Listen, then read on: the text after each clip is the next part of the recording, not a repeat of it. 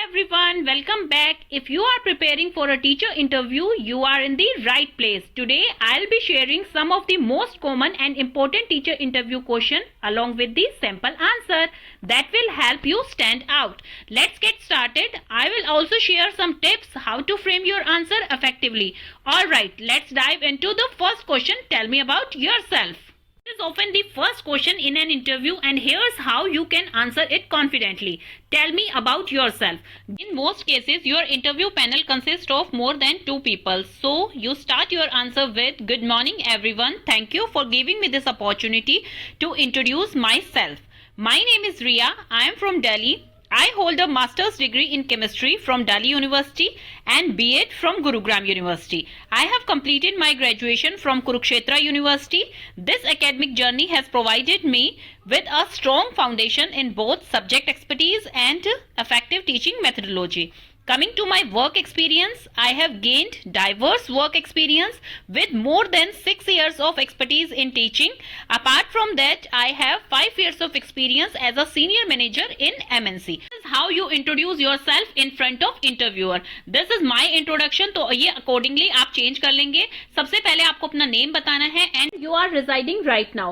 After that, your educational background. If you hold a master degree after your graduation, then no need to describe your schooling because your intro should be short and crisp. Only necessary information should be there in your intro.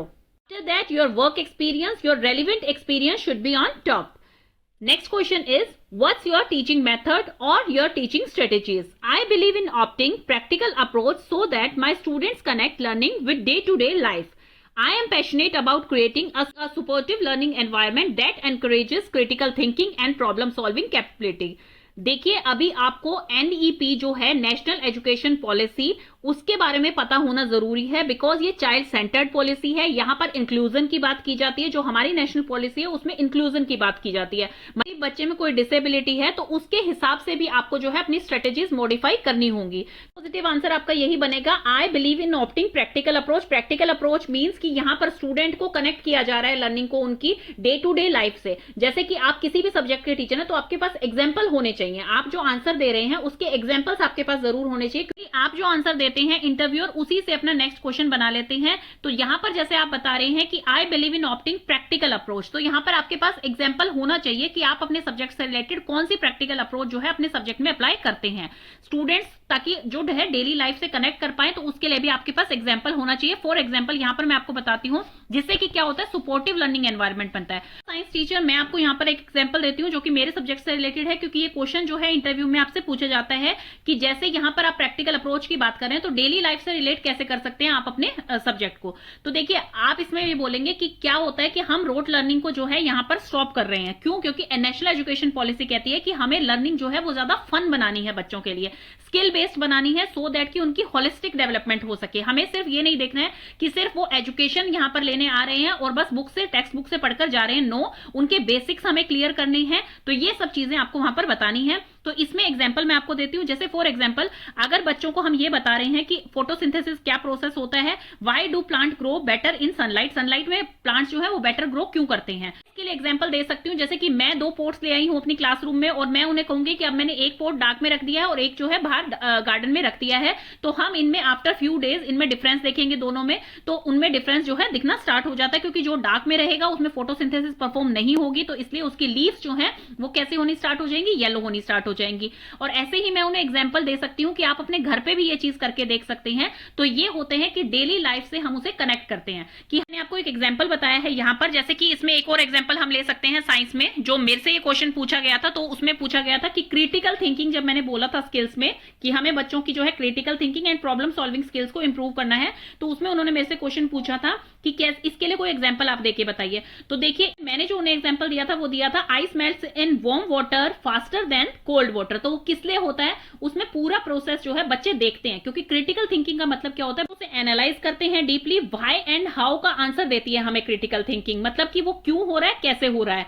Then उसके बाद हम उसके evidence देखते हैं और फिर हम consider करते हैं जो भी पॉसिबिलिटीज हो सकती हैं उसके साथ। अब एक वार्म वाटर है, वार्म वाटर में हम आइस डाल देते हैं, तो इसी में रोट लर्निंग नहीं करनी है। आपकी टेक्स्ट बुक में लिखा हुआ है तो इसका मतलब वार्म वाटर में जो है आइस जल्दी पिघलती है, नहीं। आपको प्रॉपर कंडक्शन कन्वेक्शन अगर आप बच्चों को पढ़ा रहे हैं तो उससे पूरा प्रोसेस जो है बच्चों को समझ आ जाएगा कि यस ये क्या कर रही है, रोटेट कर रही है, इसके अंदर जो हीट है, तो इस वजह से जो है आइस जल्दी पिघल रही है as compare to cold water के।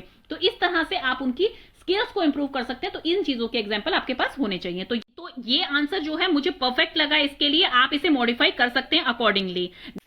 What are your hobbies? I enjoy reading science books and exploring new teaching methods to keep my lesson engaging and interactive. I also like gardening, which helps me bring real life of biology lessons into the classroom. Additionally, I love crafting, which allows me to create fun and educational material for my students. तो आप यहाँ पे कोई भी relevant hobbies अपनी बता सकते हैं, hobbies यहाँ पर बताएंगे, बट आपको ये चीज का ध्यान रखना है कि यहाँ पर वो आंसर में से ही और क्वेश्चंस आपसे पूछ सकते हैं। फॉर एग्जाम्पल मैंने उन्हें बोला I love reading science books and exploring new teaching method to keep my lesson engaging and interactive, तो इसमें से भी वो क्वेश्चन अराइज कर सकते हैं किस टाइप की साइंस बुक्स आपको पसंद है, अभी रिसेंटली आपने कौन सी साइंस बुक पढ़ी है, किस तरह से वो आपको न्यू टीचिंग मेथड एक्सप्लोर करने में हेल्प करती है। तो ये टाइप के क्वेश्चंस के लिए भी आप प्रिपेयर रहें, क्योंकि वो हॉबीज में जो आप बताते हैं उससे भी वो क्वेश्चंस पूछ सकते हैं आपसे।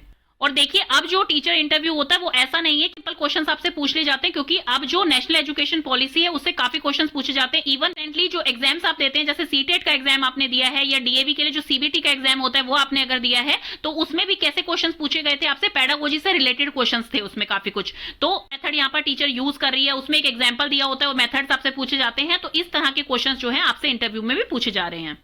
Next question is what's the role of a teacher. तो ये बहुत कॉमन क्वेश्चन है जो टीचर से पूछा जाता है कि टीचर का रोल आपके ओपिनियन में क्या होना चाहिए। तो फर्स्ट पॉइंट है facilitator of learning who delivers engaging lesson and adaptive teaching methods to meet student diverse need. Because देखिए आप जो नेशनल एजुकेशन पॉलिसी आई है उसमें किस किस चीज की मेनली बात की गई है, ये देखिए ये प्रॉपर मैंने एक चार्ट बना रखा है, आप इसका स्क्रीनशॉट भी ले सकते हैं, आपको हर जगह फाइंड आउट करने की जरूरत नहीं है। एनईपी का मतलब है नेशनल एजुकेशन पॉलिसी, लेकिन ये न्यू एजुकेशनल पॉलिसी है इसलिए मैंने यहाँ पर न्यू लिखा है। वैसे एनईपी का मतलब होता है नेशनल एजुकेशन पॉलिसी। तो पुरानी जो एजुकेशनल पॉलिसी थी वो थी 10+2, जो आपने सुना भी होगा पहले। अभी क्या आ गई है 5+3+3+4। तो 5 इयर्स में क्या है, सबसे पहले फाउंडेशनल एज है ये बच्चों की, मतलब कि जो शुरू के 3 साल होते हैं बच्चों को प्री स्कूल्स में जाना होता है, जिसमें कि प्री नर्सरी से यूकेजी तक की उनकी पढ़ाई होती है। तो इसमें क्या आती है, प्री नर्सरी आ जाएगी, नर्सरी आ जाएगी एंड केजी आ जाएगी। तो 3 इयर्स का प्री स्कूलिंग हो गया है, देन 2 इयर्स का प्राइमरी स्कूलिंग हो गया है, मतलब कि first and second class. Next आ जाती है preparatory age. Foundational age 5 years है, देन प्रिपरेटरी एज 3 इयर्स है, जिसमें कि क्लास 3rd to 5th आ जाता है। इसमें एज रहेगी बच्चों की 8 to 11। नेक्स्ट आ गया है मिडल एज जो कि 3 इयर्स की है, जिसमें कि क्लास 6 to 8 तक के स्टूडेंट्स आते हैं, एज 11 to 14 है यहाँ पर। देन है सेकेंडरी एजुकेशन 4 इयर्स की, 9 to 12 की है, जिसमें 14 to 18 इयर्स की एज होती है। जैसे कि आपको पता होगा एज अ टीचर आपको ये चीज भी पता होनी चाहिए कि पहले जो था वो फर्स्ट क्लास में 5+ का स्टूडेंट लिया जाता था, और अब जो है ये एज बढ़ा दी गई है, तो अब 6+ का स्टूडेंट जो है वो फर्स्ट ग्रेड में जाने के एलिजिबल है। तो इसलिए ये चीज आपको पता होनी चाहिए थोड़ी थोड़ी, जो कि एजुकेशन पॉलिसी में चेंज की गई है। तो नेशनल एजुकेशन पॉलिसी किस चीज पे फोकस करती है, मेनली फोकस करती है होलिस्टिक डेवलपमेंट पे, critical thinking and inclusivity. Inclusivity का मतलब है कि इंक्लूजन, सारे बच्चों का इंक्लूजन होना चाहिए, सब बच्चे। बताया गया है कि टीचर का रोल होता है एज अ फैसिलिटेटर, जो कि क्या करता है, एंगेजिंग लेसन्स प्रिपेयर करता है और एडेप्टिव टीचिंग मेथड यूज करता है, सो दैट वो सभी बच्चों की जो डाइवर्स नीड है, डाइवर्स नीड मीन्स कि जो उनकी इंडिविजुअल नीड है उन चीज को वो पूरा कर सके। क्योंकि कई बच्चों को हो सकता है वो उस मेथड से समझ ना आए, कई बच्चों को हो सकता है कि रिटर्न से ज्यादा अच्छा समझ आता है, कईयों को क्विज मेथड से आता है, फन वे में आता है। तो आपको जो है इस तरह के मेथड अपने अकॉर्डिंगली चेंज करने हैं। एज अ मोटिवेटर, टीचर को मोटिवेटर होना चाहिए so that she inspire student for learning. Next है as a collaborator, working with parents, colleagues and school administration ensure a holistic approach to education. Life long learner, teacher आपको कभी भी ये नहीं सोचना चाहिए कि मुझे अपने सब्जेक्ट की कॉम्प्रिहेंसिव नॉलेज है, मतलब इससे आगे मैं नॉलेज ले ही नहीं सकती हूँ, मुझे सब कुछ आता है, मैंने मास्टर्स डिग्री की हुई है, मैंने पीएचडी की हुई है, तो मुझे जो है सब कुछ आता है अपने सब्जेक्ट से रिलेटेड। नो, आपको हमेशा एक लाइफ लॉन्ग लर्नर बन के चलना है। मतलब जब भी आपको मौका मिलता है, जैसे कि ट्रेनिंग्स होती हैं आपकी, या आप नेट से सीख रहे हैं, किसी टेक्स्ट बुक से आप सीख रहे हैं, तो कुछ भी नया सीखने को मिलता है, तो ऑलवेज रेडी रहना है उसके लिए। Question is what's the role of technology in field of teaching. ये क्वेश्चन भी बहुत कॉमन है आपका, तो आप इसमें बोलेंगे technology is a wonderful gift in the field of teaching, that's why I have gain knowledge in MS office, excel and internet. Technology has transformed education by making learning engaging, accessible, and personalized. Engaging by using interactive tools like smart boards, educational apps, and videos make less and more dynamic and help students to grasp complex concept. Accessibility like online resources support student with different learning abilities and needs. Technology के benefits आपको बताने हैं, क्योंकि देखिए technology तो definitely जो है वो एक ब्लेसिंग है in today's era, because technology से क्या है हमारी हेल्प हो रही है कि जैसे हम स्मार्ट बोर्ड्स अब मिल गए हैं टीचर को पढ़ाने के लिए, एजुकेशनल एप्स हैं बहुत सारी, हम वीडियो की हेल्प से बच्चों को समझा सकते हैं, हम स्लाइड शो बना सकते हैं। तो इन सब चीजों से क्या हो रहा है, टीचिंग जो है वो और ईजी हो रही है, बच्चों को आसानी से हम समझा पाते हैं। कई बार क्या होता है टेक्स्ट बुक से वो चीज हम जो जैसा समझाना चाहती है टीचर वो समझा नहीं पाती है, but with the help of technology हम वो चीज बच्चों को इजीली कन्वे कर सकते हैं। और टेक्नोलॉजी का बेस्ट एग्जांपल हमारे पास है अभी रिसेंटली कोविड का, कि कोविड के टाइम में जो है बच्चे स्कूल ना जाते हुए भी उनकी स्कूलिंग जो है प्रॉपर चल रही थी just because of technology. Common question is, can technology beat traditional teaching? Answer is, while technology is highly beneficial, it should complement, not replace traditional teaching methods, face-to-face interaction, hands-on activity, and critical thinking. Exercise remains essential for a well-rounded education. मैं ये answers आपको इसीलिए explain कर रही हूं क्योंकि आपसे वो किसी भी आंसर में से कोई भी क्वेश्चन पूछ सकते हैं, सो दैट कि आप ऐसा ना हो कि यहां पर आप स्क्रीनशॉट लेके एज इट इज ये आंसर बोल रहे हैं। इसका मतलब आपको पता होना चाहिए और आप किस तरह से वहां आंसर दे रहे हैं उसके कुछ एग्जांपल्स आपके पास होने चाहिए। तो अब इसमें यही बताया जा रहा है कि टेक्नोलॉजी जो है हाईली बेनिफिशियल है, बट वो कॉम्प्लीमेंट कर सकती है लेकिन रिप्लेस कभी नहीं कर सकती है ट्रेडिशनल टीचिंग को, बिकॉज बुक से ना पढ़ाकर अब टेक्नोलॉजी की हेल्प ले रहे हैं बच्चों की लर्निंग को मोर फन बनाने के लिए। But face to face interaction जो होता है टीचर का बच्चों के साथ, हैंड्स ऑन एक्टिविटी जो करवाती हैं टीचर्स, जैसे कि कोई भी अगर टॉपिक आप करवा रहे हो, हैंड्स ऑन एक्टिविटी का मतलब है कि बच्चे अपने आप से जो है उस एक्टिविटी को परफॉर्म कर रहे हैं। तो हम कुछ ऐसी एक्टिविटी बच्चों को देते हैं कि मॉडल बनाने के लिए या कोई भी ऐसा प्रोजेक्ट उन्हें कंप्लीट करने के लिए, जिससे कि बच्चों को वो वाला पर्टिकुलर टॉपिक जो है अच्छे से लर्न हो जाए।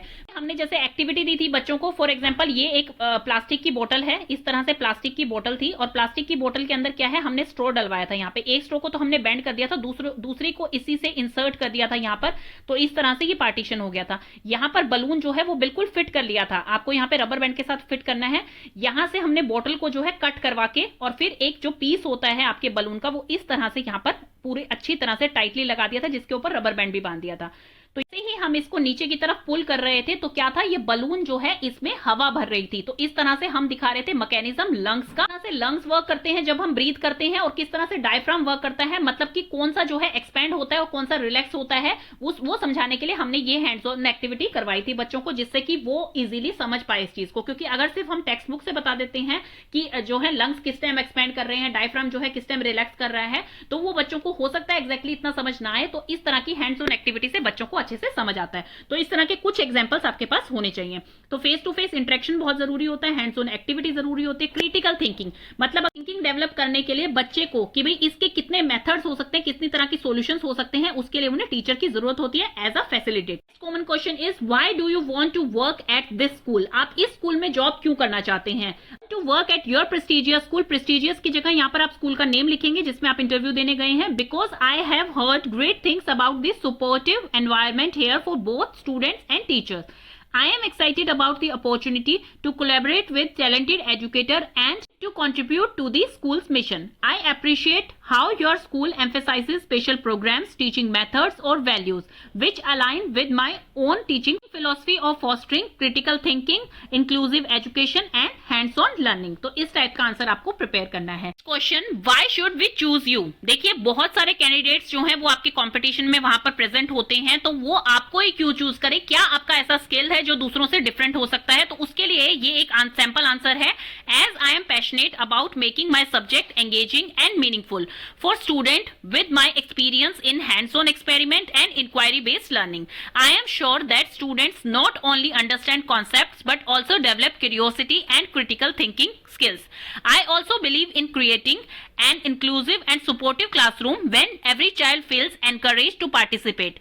Additionally, I am always eager to learn and improve, which helps me adapt to new teaching methods and school expectations. I am confident that my dedication and enthusiasm will contribute positively to your school community. आप इसमें से कोई भी 2 या 3 lines ले सकते हैं, जो भी आपको पॉजिटिव लगे, इजी टू कम्युनिकेट लगे, तो उस तरह की आप यहाँ पर लाइन चूज कर सकते हैं. ये थोड़ा एक पॉजिटिव आंसर है जो कि काफी ज्यादा अट्रैक्टिव लगता है. Next question is, what do you think about your knowledge of your subject. तो ये बहुत ही कॉमन क्वेश्चन है कि आपको क्या लगता है कि आपको अपने सब्जेक्ट की कितनी नॉलेज है. तो इसमें आप आंसर दे सकते हैं. 2 बेस्ट आंसर जो है मैंने चूज किए हैं, तो आप कोई भी आंसर इनमें से दे सकते हैं. I think I have a strong foundation in my subject area and constantly seeking to update my knowledge. और you can say I believe in my knowledge in science is comprehensive and allows me to guide student effectively. तो इस तरह से आप इसका answer prepare करेंगे. Question is, what do you think about problem solving skills and how you can apply it in your class. आप problem solving skills से क्या समझते हैं और आप इसे अपनी क्लास में किस तरह से अप्लाई कर सकते हैं. Yes ma'am, I think as a teacher we should encourage problem solving skills in our students because it enhances critical thinking. Students should analyze situations and then think critically and make decision. Prepare for real world challenges in everyday life. Student will face real challenges that require logical reasoning and creative solutions. Boost confidence and independence. Encourage creativity. Improve collaboration and communication. कुछ points थे why we should encourage problem solving skills in our student, because ये critical thinking को enhance करता है, real world challenges जो होते हैं, everyday life challenges जो होते हैं, उसके लिए students को prepare करता है, कॉन्फिडेंस बूस्ट करते हैं, वो क्रिएटिविटी उनकी एनकरेज होती है और इससे कोलैबोरेशन एंड कम्युनिकेशन जो है वो इंप्रूव होती है बच्चों की. सॉल्विंग एंड क्रिटिकल थिंकिंग में क्या होता है, प्रॉब्लम सॉल्विंग का मतलब क्या है कि किसी भी कॉन्सेप्ट को, कोई भी चीज है, चाहे मैथ्स है, आपका इंग्लिश है, कि कोई भी चीज है, आप बच्चे को अगर कोई टॉपिक करा रहे हैं, कोई चैप्टर करा रहे हैं, ऐसा तो नहीं है ना कि उसे डायरेक्टली उस चैप्टर के बारे में बता के और खत्म कर दिया वो चैप्टर. उसको आप ब्रेक करते हैं पहले पीसेस में. अगर कोई मैथ्स टीचर जो बच्चों को समझा रही है सिंपल इंटरेस्ट के बारे में, तो उसके लिए टीचर पहले उन्हें प्रिंसिपल अमाउंट बताएंगी, रेट ऑफ इंटरेस्ट बताएंगी, टाइम बताएंगी, तभी तो वो कहीं अपना सिंपल इंटरेस्ट निकलना सीखेंगे. ऐसा तो नहीं है कि डायरेक्ट सिंपल इंटरेस्ट का उन्होंने फॉर्मूला बता दिया और करवा दिया बच्चों को. पहले वो हर चीज का डेफिनेशन आपको समझाएंगी, देन उसके बाद जो है वो नेक्स्ट स्टेप पे जाती हैं. तो मतलब प्रॉब्लम सॉल्विंग स्किल में क्या होता है, पहले उस चीज को अंडरस्टैंड करना आना चाहिए, बच्चों को अच्छी तरह से समझ आना चाहिए. क्या है, आप उसे ब्रेक करेंगी, स्टेप वाइज समझाएंगी, छोटे छोटे स्टेप्स में उन्हें समझाएंगी. देन उसके बाद वो पॉसिबल सॉल्यूशंस उसके क्या हो सकते हैं वो चीज समझाएंगी. जैसे अब एक ही आपको आंसर निकालना है मैथ्स में या साइंस में, कोई प्रॉब्लम सॉल्व करनी है, तो उसके हो सकता है 3 तरीके हो, 4 तरीके हो, 2 तरीके हो या सिंगल तरीका है. जो स्टूडेंट्स हैं वो जितने भी पॉसिबल सॉल्यूशन है उनको फाइंड आउट करेंगे, फिर उसमें से कोई भी बेस्ट सॉल्यूशन वो चूज करेंगे, देन उसे इंप्लीमेंट करेंगे एंड इवेल्युएट करेंगे. इस तरह से उनकी प्रॉब्लम सॉल्विंग स्किल्स जो है वो उनकी एनकरेज होगी. तो यहाँ पर साइंस की एग्जांपल दे पाऊंगी, जैसे कि एक लॉमी सॉइल है, एक क्लेई सॉइल है, यहाँ पर एक सैंडी सॉइल है. तो उन तीनों को हमने एक एक पॉट में ले लिया है, हम बच्चों को दिखाएंगे. मान लीजिए ग्लास बाउल है, उसके अंदर हमने लिए हैं वो तीनों सॉइल, फिर हम थोड़ा थोड़ा वाटर उनके अंदर डाल के दिखाएंगे. फिर बच्चों को समझ आएगा कि किसमें जो है वाटर जल्दी एब्जॉर्ब हो रहा है, क्योंकि जो सैंडी सॉइल है वो वाटर को ज्यादा होल्ड नहीं कर सकती है, जो क्लेई सॉइल है वो वाटर को होल्ड कर सकती है, और लॉमी सॉइल जो है वो राइट अमाउंट ऑफ वाटर को ही होल्ड कर सकती है, इतनी कैपेसिटी होती है उसके अंदर. देन साइज से पता लगेगा बच्चों को कि इसके लार्ज साइज सैंड पार्टिकल है, इसके स्मॉल साइज है, इसके जो है वो इनके मीडियम में है, मतलब ना तो लार्ज है ना इनके स्मॉल है. तो इस तरह से बच्चों को समझाना आसान होता है. क्यों? क्योंकि जैसे मान लीजिए प्लोइंग मेथड उन्हें समझा रहे हैं, कोई और तरीका उन्हें समझा रहे हैं, तो उससे क्या है, स्टार्टिंग से बच्चों को समझाना चाहिए कि सैंडी सॉइल कैसी होती है, क्लेई सॉइल कौन सी होती है, कौन सी जो है जिसमें प्लोइंग अच्छी होती है और जिसमें जो है क्रॉप अच्छे से लगाई जा सकती है. तो ये इस तरह से होती है प्रॉब्लम सॉल्विंग की. मतलब उन बच्चों की सारे सॉल्यूशंस उन्हें पता लग गए हैं, उस कॉन्सेप्ट को वो समझ गए हैं, और फिर उसके बाद वो खुद ही उसका सॉल्यूशन जो बेस्ट चॉइस है वो चूज कर रहे हैं और फिर उसे इंप्लीमेंट कर रहे हैं. क्रिटिकल थिंकिंग में क्या होता है, क्रिटिकल थिंकिंग में होता है कि बच्चा उसे एनालाइज करेगा, डीपली एनालाइज करेगा, और व्हाई एंड हाउ के आंसर वो फाइंड आउट करते हैं with the help of evidence के, कि मतलब वो खुद वो एक्टिविटी करके देख रहे हैं और फिर उससे समझ रहे हैं कि अच्छा ये इसका तरीका है, इस तरह से ही ये चीज सॉल्व होती है. जैसे कि मैंने इसमें आइस का एग्जांपल आपको पहले भी बता दिया है, या फिर why do plants grow better in sunlight. तो इस तरह से critical thinking and problem solving जो है उसके आंसर आप दे सकते हैं. नेक्स्ट आ गया है, how will you foster problem solving skills in your classroom. आप अपनी क्लासरूम में कैसे जो है बढ़ावा दे सकते हैं प्रॉब्लम सॉल्विंग स्किल्स को. आपका आंसर होगा, I use real life scenarios and project based learning to encourage students to apply knowledge practically.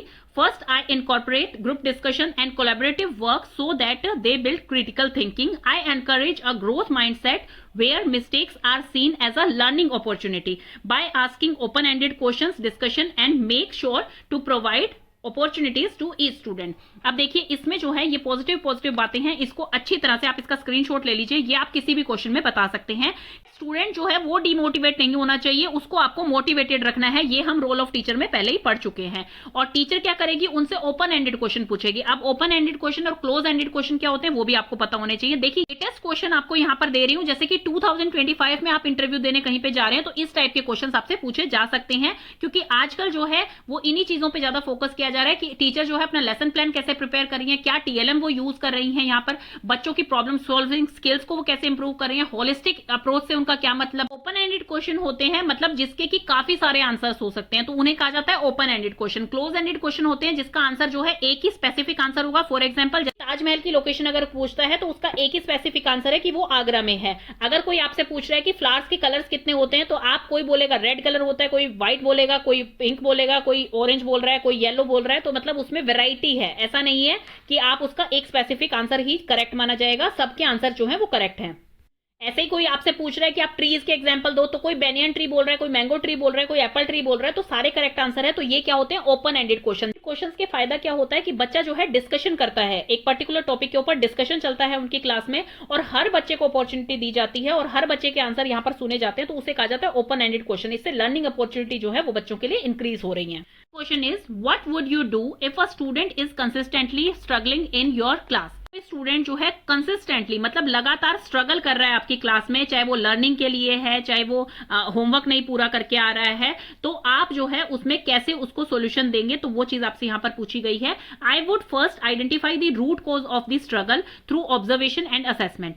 I would then implement the intervention such as the differentiated instruction, 101 support and collaboration with parents and specialists. My goal is to provide the student with the necessary tools to succeed. अब यहाँ पर आप क्या answer दे रहे हैं कि बच्चे का रूट कोज पहले आपको जानना है कि वो स्ट्रगल किस वजह से कर रहा है, वो अपना होमवर्क क्यों नहीं पूरा कर पा रहा है, या फिर अगर किसी भी असेसमेंट में वो अच्छा स्कोर नहीं कर पा रहा है तो वो किस वजह से नहीं कर पा रहा है, क्या उसे समझ नहीं आ रहा है, कोई लर्निंग डिसेबिलिटी है, तो उस चीज को पहले आप आइडेंटिफाई करेंगे। फिर उसके बाद अपने मेथड्स को भी इंप्रूव करेंगे, दूसरे मेथड से आप वहां पर पढ़ा के देखेंगे, हो सकता है उस वे में बच्चे को ज्यादा अच्छा समझ आए, फन वे में बच्चे को ज्यादा अच्छा समझ आए, क्विज के वे में बच्चे को ज्यादा अच्छा समझ आए। तो इस तरह से आप जो है अपने मेथड्स को चेंज करके देखेंगे। आप उनके पेरेंट्स के साथ कोलैबोरेट करेंगे, यहाँ पे स्पेशलिस्ट टीम के साथ कोलैबोरेट करेंगे, कोज है स्ट्रगल का उसको यहाँ पर डायग्नोज कर पाए आप और फिर उसे उसकी रेमेडीज प्रोवाइड कर सके, तो इस तरह से आप बच्चे को जो है सपोर्ट कर सकते हैं। Question is how do you collaborate with the other teachers and parents. I believe team work is essential in education. I collaborate with other teachers to integrate science with maths, making lessons more interdisciplinary.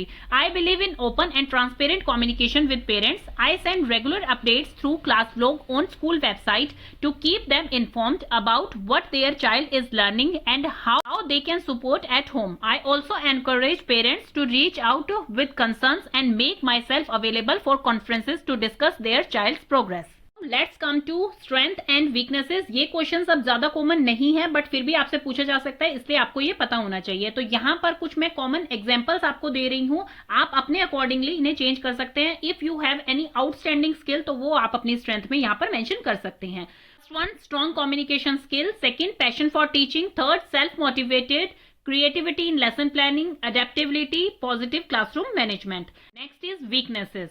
I sometimes pay much attention to detail. I like to ensure my work is thorough and accurate, which sometimes makes me spend extra time on small details. Next one, lack of patience. Third one, talkative. ऐसी weakness नहीं बतानी जो कि आपकी strength लग रही है instead of weakness. यहाँ पर आपको फेक नहीं होना है, वो चीज थोड़ी सी ऑकवर्ड लगती है फिर, तो इसलिए वीकनेस आप बता सकते हैं जैसे कि आप ज्यादा टॉकेटिव हैं, या फिर आप में पेशेंस लेवल की कमी है, या फिर आप टाइम अच्छे से मैनेज नहीं कर पा रहे हैं, या लेसन प्लानिंग में आपको दिक्कत आ रही है, तो कुछ ऐसी आप वीकनेस बता सकते हैं और हाउ यू ओवरकम दैट, आप उसे कैसे उसके ऊपर काम कर रहे हैं वो चीज भी आपको यहाँ पर मेंशन करनी होगी। बट अगर वो आपसे पूछते हैं do you have any weakness that will affect your performance at your work, जो आप में कोई ऐसी वीकनेस है जो कि आपके वर्क प्लेस पे आपकी परफॉर्मेंस को अफेक्ट कर सकती है, तो वो आप यहां पर मेंशन कीजिए। तो मैं आप आंसर करेंगे नो। Before coming here I read the job description thoroughly and I have the right skills, experience and qualification required for the role.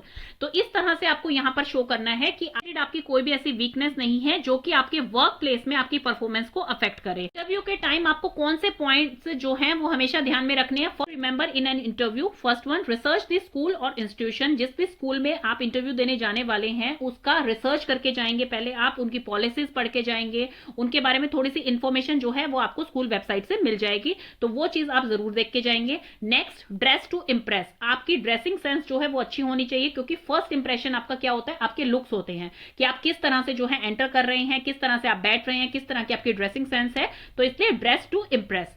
Give clear and structured answer that should be concise and to the point. यहां पर जो है बहुत detail में आपको नहीं जाना है, आपको कॉन्साइज और क्लियर आंसर यहां पर प्रोवाइड करने हैं।